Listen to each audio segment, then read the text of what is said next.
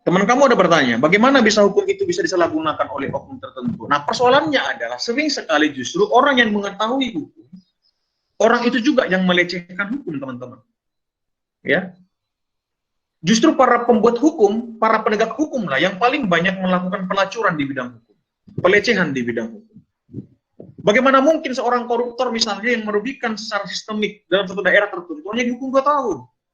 Sementara seorang nenek tua yang mencuri biji coklat 5 karena dia kesusahan dan menganggap itu coklatnya yang jatuh, karena dilaporkan mencuri, sama-sama perbuatan pidana, sama-sama ada barangnya, sama-sama ada perbuatan melawan hukum, ada konsekuensi hukum, tapi hakim memutuskan hukuman yang hampir mirip hukumannya.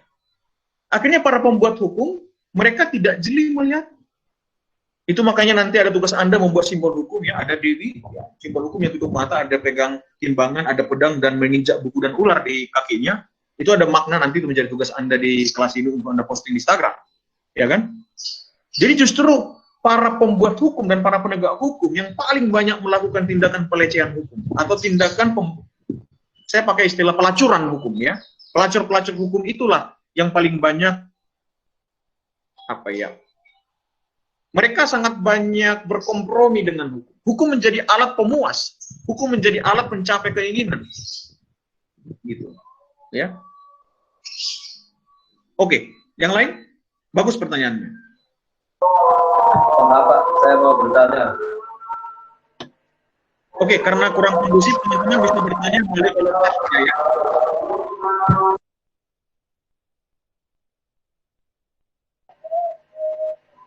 Saya mau bertanya.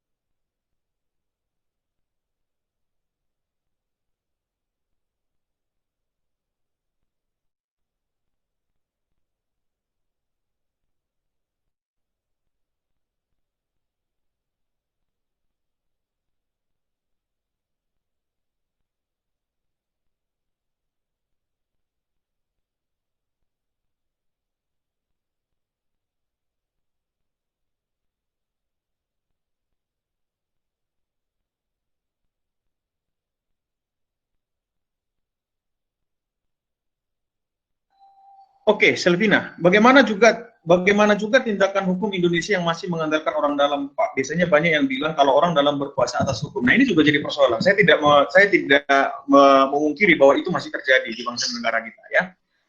Tidak memungkiri bahwa itu terjadi di dalam negara kita. Kadangkala ada anak penguasa atau anak yang dekat dengan kekuasaan, anaknya nabrak orang mati, itu pernah terjadi juga di Indonesia, tapi anaknya bebas dari hukum.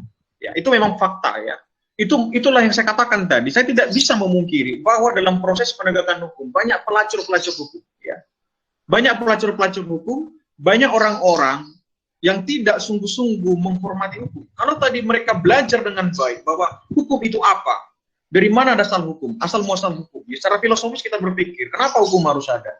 Ya kan, siapa inisiator hukum sebenarnya? Harusnya mereka menyadari bahwa pelecehan atau pelacuran hukum itu sama dengan kita menghina inisiator pembuat hukum, itu menghina Allah saja, menghina Tuhan yang Maha Esa. Sedemikian mulianya sebenarnya hukum harus ada di Indonesia, atau di negara, bahkan di dunia ini, ya.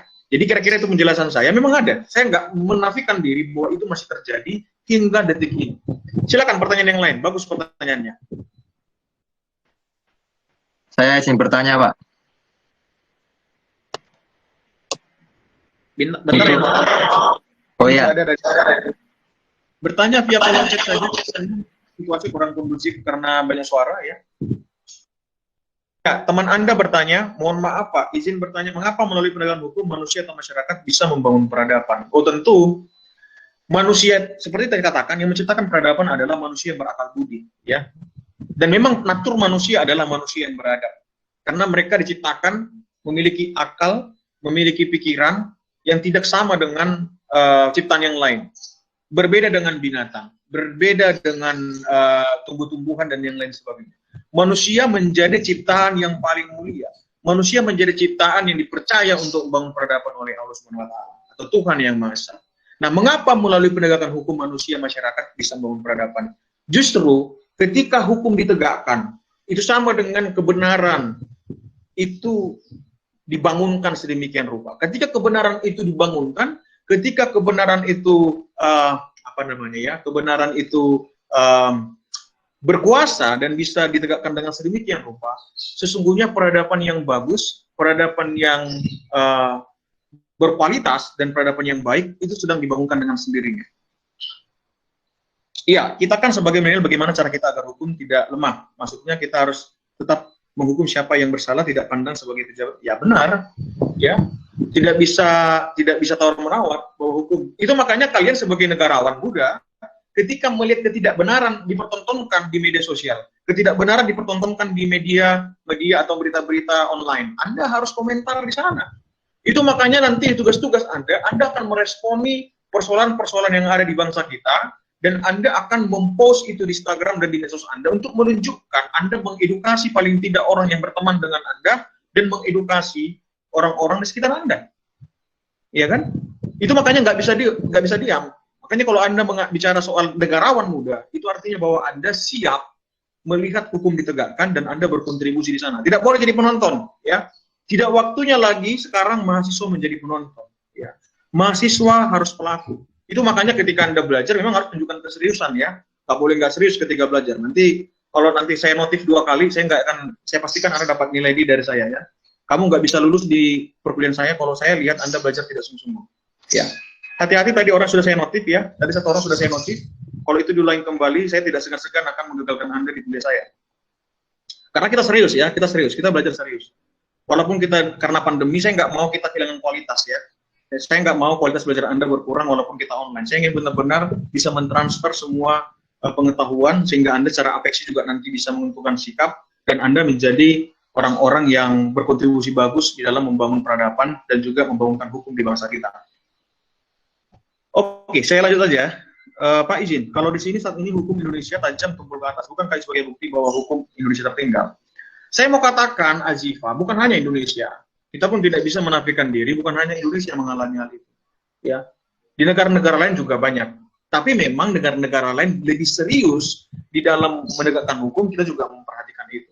Apakah sekarang di Indonesia sudah, kita katakan sudah bagus? Saya mau mengatakan tidak. Apakah di Indonesia buruk banget hukumnya? Saya juga mengatakan tidak.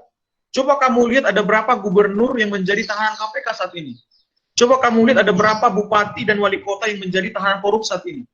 Jadi kalau kita katakan hukum itu tumpul ke atas, tidak juga. Banyak juga mereka dihukum, walaupun belum mencerminkan apa yang menjadi harapan kita bahwa hukum harus ditegakkan sedemikian rupa. Walaupun hukum itu belum maksimal ditegakkan. Tapi paling tidak, para pejabat ini benar-benar, mereka kena tersentuh hukum. Yang dulunya sukar, ya. Kita tahu bahwa di era Pak Harto semua sistemik dan banyak sekali para pejabat yang bebas melakukan korupsi dan segala macam, itu nggak bisa diapa-apain. Tapi sekarang ya kita nggak bisa menutup mata juga kalau hukum sedang benar-benar ditegakkan juga gitu ya. Jadi saya berharap istilah tumpul ke atas tajam ke bawah itu ada perubahan lah walaupun tidak terlalu maksimal.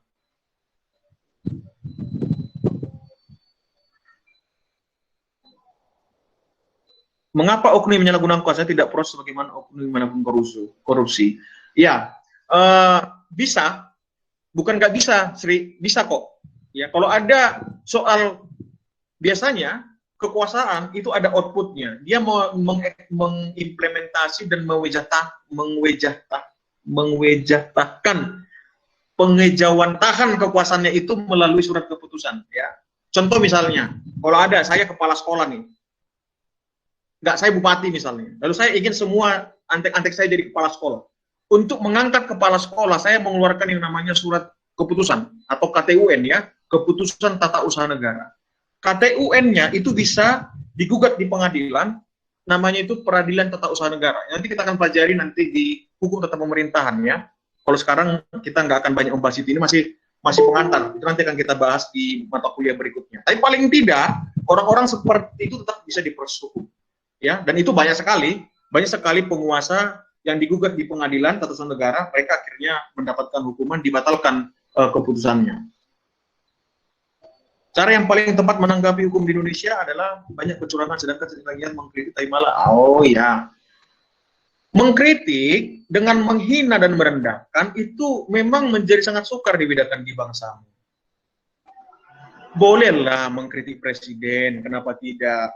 Tapi janganlah pula kamu hina presiden dengan mengatakan misalnya presiden dungu, presiden oon, lalu kamu gambar mukanya muka babi, ya itu ya memang kebangetan. Kamu demokrasinya kebablasan, ya kan? Sebagai orang yang beradab, ketika kita percaya ada presiden yang dipilih dengan konteks demokrasi, percayalah bahwa itu juga disetujui dan diizinkan oleh Tuhan Yang Maha Esa, oleh Allah Subhanahu wa Ta'ala. Maka hormati dia. Contoh kecil ini ya, hormati dia. Kalaupun kamu beda pandangan politik dengan dia. Tapi sekarang kan di Indonesia tidak. Suka-suka menghina presiden atas nama demokrasi. Suka-suka buat muka Pak Jokowi dengan muka babi. Saya sekedar menyampaikan saja kepada Anda, presiden itu adalah panglima tertinggi di TNI. Kalau dia mau bunuh semua orang-orang yang sedang ini, hancurkan ya boleh aja. Diam-diam curi semua, bunuh saja, boleh aja. Tapi kan tidak. Maksud saya adalah, daripada kamu mengkritik kebablasan dan tidak santun, kritiklah dengan membangun. Kritik dengan apa? Kasih masukan. Di bangsamu kan tidak. Banyak orang kritik tapi nggak punya konsep. Ya kan, sampah juga gitu kan, nggak boleh. Anda boleh mengkritik, berikan pemikiran kamu secara konstruktif. Berikan konsep yang bisa dipakai oleh pemerintah. Dengan demikian, kamu orang yang beradab, orang yang terhormat. Kamu seorang intelektual muda yang berkelas. Jadi kalau kamu teriak-teriak misalnya, turunkan minyak, bakar ban, turunkan presiden, apalagi demo di jalanan, turunkan presiden. Kamu nggak paham konstitusi dalam sistem presidensil, mau teriak sampai akhir zaman pun kamu di jalanan, kamu nggak bisa menurunkan seorang presiden. Itu contoh betapa banyaknya orang-orang tidak paham hukum di Indonesia. Itu makanya sebagai orang-orang pembelajar hukum, Anda harus berbeda. Iya kan?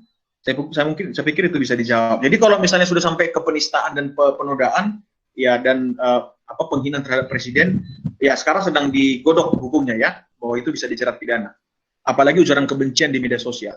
Maka hati-hatilah ya di media sosial ya. Ada aturan undang-undang ITE yang mengaturnya demikian serius. Pak, apakah hakim boleh menggunakan hukum tak tertulis untuk dijadikan dasar hukum? Dasar hukum apa saja yang digunakan hakim untuk memutuskan suatu keadilan? Hakim dalam konteks Indonesia, nanti kita akan belajar itu lebih dalam ya. Tapi sekarang saya kasih kulitnya saja. Dalam konteks hukum di Indonesia, kita menganut sistem Eropa kontinental atau hukum positif. Hukum adalah apa yang tertulis. Itu makanya hakim itu ketika ada tertulis ditegakkan, itulah hakim. Tapi jangan lupa, hukum tidak bisa serta-merta ditegakkan dengan seperti itu saja, perlu ada kebijaksanaan melihat hukum. Oleh karena itu nanti Anda akan belajar soal penemuan hukum atau refining. Bagaimana seorang hakim bisa melakukan penemuan hukum. Entah itu melalui penafsiran, entah itu melakukan penafsiran atau interpretasi, atau melakukan konstruksi hukum. Termasuk ketika dia melihat hukum kebiasaan yang ada di sana. Misalnya ada denda adat dan segala macam. Dia bisa mengadopsi itu dalam putusan-putusannya. Apalagi hakim adalah corong undang-undang, dan apa yang dikatakan hakim itu menjadi jurisprudensi, yang itu menjadi salah satu sumber hukum yang ada di Indonesia. Jadi boleh saja ya, tidak persoalan. Mohon maaf Pak, izin bertanya, apakah boleh seorang hakim, sudah tadi, Pak, menurut Bapak rasionalkah antara hukum dan keadilan di Indonesia? Soal rasional dan tidak, saya pikir itu proses. Ya. Justru hukum hadir tadi saya katakan, dia memenuhi aspek filosofis yaitu keadilan. Kalau hukum belum memberikan aspek keadilan dengan maksimal, berarti memang hukum harus terus dibenahi dan penegak hukumnya harus terus diperkuat. Nanti kita akan belajar dari teori legal system atau sistem hukum yang digagas oleh Lawrence Friedman ya. Dia menyatakan bahwa ada 3 pembentuk sistem hukum. Yang pertama substansi hukum. Maka isi hukumnya harus jelas, ya kan? Yang kedua, struktur hukum. Penegak hukumnya harus jelas. Tapi kalau substansi hukum dan penegak hukumnya sudah jelas, tapi budaya hukum masyarakatnya tidak benar, maka hukum tidak efektif untuk diperjuangkan atau ditegakkan. Oleh karena itu, ketiganya harus saling bersinergi. Namanya juga sistem hukum. Nanti kan kita belajar di pertemuan ketiga. Ya, nanti akan Anda mengkomparasi sistem Eropa kontinental dan Anglo-Saxon. Ya, bagaimana kekuatan dan kelemahannya masing-masing, lalu akan mengidentifikasi sistem hukum apakah kita. Kan gitu ya. Oke, Pak izin bertanya, apakah hukum benar-benar dibuat untuk harusnya iya. Tadi saya katakan kepada Anda bahwa tujuan hukum adalah untuk memenuhi perasaan hukum masyarakat. Hukum tidak diciptakan untuk memihak kepada rakyat, tapi hukum diciptakan memihak pada kebenaran. Tidak semua hal yang baik itu benar. tapi semua yang benar itu pasti baik, kira-kira begitu. Itu makanya jadilah orang benar, bukan orang baik. Ya beda ya orang baik dengan orang benar, ya kan? Misalnya Anda bilang berbohong dengan kebaikan kan Pak itu kebaikan. Iya, tapi berbohong itu nggak benar. Kayak seperti itu, ya. Jadi berpihaklah kepada kebenaran. Hukum tidak mungkin berpihak kepada rakyat. Hukum harus berpihak kepada kebenaran. Karena hukum didesain bukan untuk rakyat saja, tapi termasuk untuk penguasa, teman-teman. Ya kan? Gak boleh kita serta-merta mengatakan bahwa hukum itu seperti itu. Pak, izin bertanya. Pak, tadi sudah saya jelaskan. Selfish sudah saya jelaskan di teori sistem hukumnya ya. Dapat dibeli, ya saya sudah sampaikan tadi ada pelacuran hukum dan pelecehan hukum. Sudah. Hukum bisa dibeli. Bagi saya sekarang banyak kemajuan juga. Kita nggak bisa menutup banyak kemajuan. Sekarang kan kita punya undang-undang ITE. Kamu berikan hoax dengan ujaran kebencian, rasis, itu bisa sekarang dihukum. Banyak kemajuan dalam bidang hukum. Paling tidak secara substansial, hukum mengalami progresivitas yang sangat baik.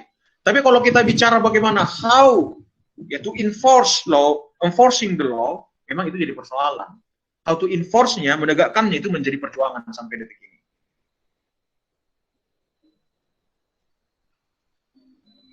Pak, bagaimana dengan hukum tidak tertulis? Ya, salah satu sumber hukum adalah hukum yang tidak tertulis juga memang. Dan tidak masuk akal, termasuk kebiasaan-kebiasaan itu menjadi sumber hukum. Apakah boleh dilanggar? Ya tergantung konteksnya. Tapi kalau ada kebiasaan hukum yang itu yang melanggar hukum nasional, ya tidak boleh. Ya, dalam konteks berbangsa bernegara, maka hukum nasional itu menjadi hukum yang dikedepankan, bahwa hukum yang lokal itu tetap diakomodir demi kearifan lokal ya, demi mengakomodir kepentingan hukum lokal. Bagaimana keadilan bisa diterapkan jika hakim tidak punya kewajiban menempatkan hukum yang pendaya? Itu jadi perjuangan, ya. Itu jadi PR para hakim dan penegak hukum. Ya, tapi jangan salah teman yang bertanya ini, Astia. Sejak 98 pasca reformasi hingga saat ini banyak kemajuan di bidang hukum ya. Ya, kita melihat banyak kemajuan di bidang hukum. Penegakan hak asasi manusia misalnya. Melalui kasus 98 kita mengetahui bahwa ada amandemen sampai pertama 234, pertama kali 99, 2000, 2001, 2002. 4 kali amandemen konstitusi dan kita melengkapi konstitusi kita dan itu sangat mengakomodir hak asasi manusia dan juga menjamin pelaksanaan demokrasi Indonesia. Itu kemajuan. Kalau ada yang stagnan, yes, itu proses ya, nggak boleh sempurna. Ini masih dunia ya, bukan surga ya. Jadi dunia masih banyak orang berdosa dan mereka masih banyak lebih memilih tidak taat hukum daripada menaati hukum.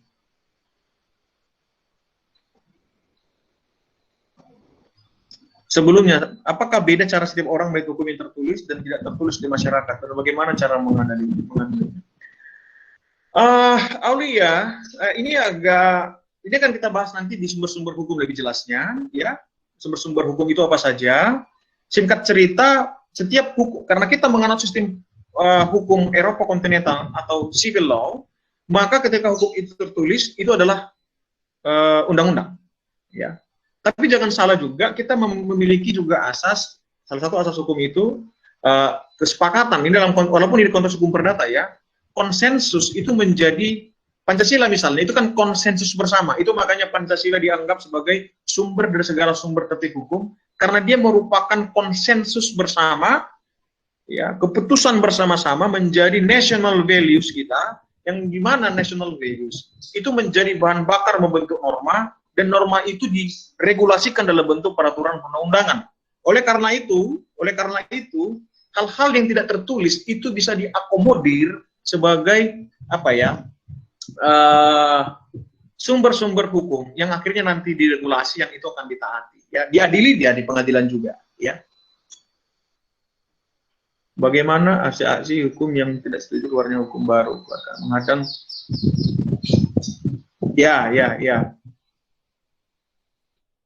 Ya, intinya memang selalu soal regulasi itu, makanya dalam pembuatan undang-undang juga ada mekanismenya, tidak hanya diciptakan oleh pembuat undang-undang, tapi banyak para ahli yang dilibatkan untuk membuat undang-undang tersebut. Ya.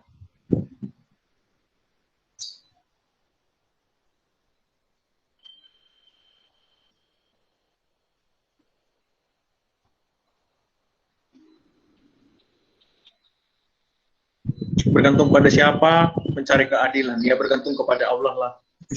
Jawaban paling amannya itu, bukan kepada siapa-siapa. Ya, manusia mengecewakan. Tapi kalau Anda berpihak, dan saya berpikir gini sih, sederhana sih. Kalau Anda orang yang dekat dengan Allah, ya, sumber kebenaran dan keadilan, saya yakin Anda paling tidak punya keberanian. Ketika misalnya Anda tidak dilayani bagus di rumah sakit, Anda tahu ketika Anda menjadi seorang pembelajar hukum, oke, kalau pelayanan publik ini mengecewakan, saya akan laporkan rumah sakit kamu ke Komisi Ombudsman. Pelayanan publik ini nggak benar. Persoalannya tidak banyak warga negara yang mengetahui muara-muara atau jalan untuk menegakkan hak dan keadilan itu sendiri. Maka Anda sebenarnya bisa ya, Anda walaupun tidak seorang lawyer, Anda tidak seorang jaksa hakim, Anda bisa juga membuat hukum itu tegak ya.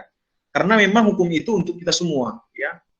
Anda ketemu polisi yang nakal, laporkan komisi, Kompolnas misalnya. Anda ketemu jaksa yang nggak beres, laporkan komisi kejaksaan. Anda lihat ada hakim yang yang minta dibayar, kamu rekam pembicaraan, laporkan komisi yudisial, beres semua itu ya. Jadi boleh ya, Anda sangat besar. Itu jangan sekarang dibicarakan ya. Sabar sedikit, ini kan masih pengantar ya. Sabar sedikit supaya Anda tidak semua langsung dapat nanti ilmunya tumpah-tumpah nanti. Pelan-pelan kita berdiskusi. Tapi pertanyaannya bagus-bagus banget. Terima kasih banyak. Pak, setahu saya ya benar. Novi benar. Kita sedang mengadopsi hukum Belanda, benar. Dan sampai sekarang kita masih banyak menggunakan hukum itu. Walaupun Belanda sudah mengubah hukum mereka ya. Seperti kitab Undang-Undang Hukum Pidana, KUA Perdata, Hukum Perdata, kita masih banyak mengadopsi itu. Sekarang sedang dibuat, Mbak, bukan sedang dibuat. Sekarang sedang masuk kepada perumusan. Tapi kemarin kan terkendala. RUU KUHP misalnya, sudah masuk kan? Sudah selesai, tinggal pematangan saja untuk diundangkan. Ya, sudah sedang dalam proses. Kapan-kapan kita bahas lebih detail.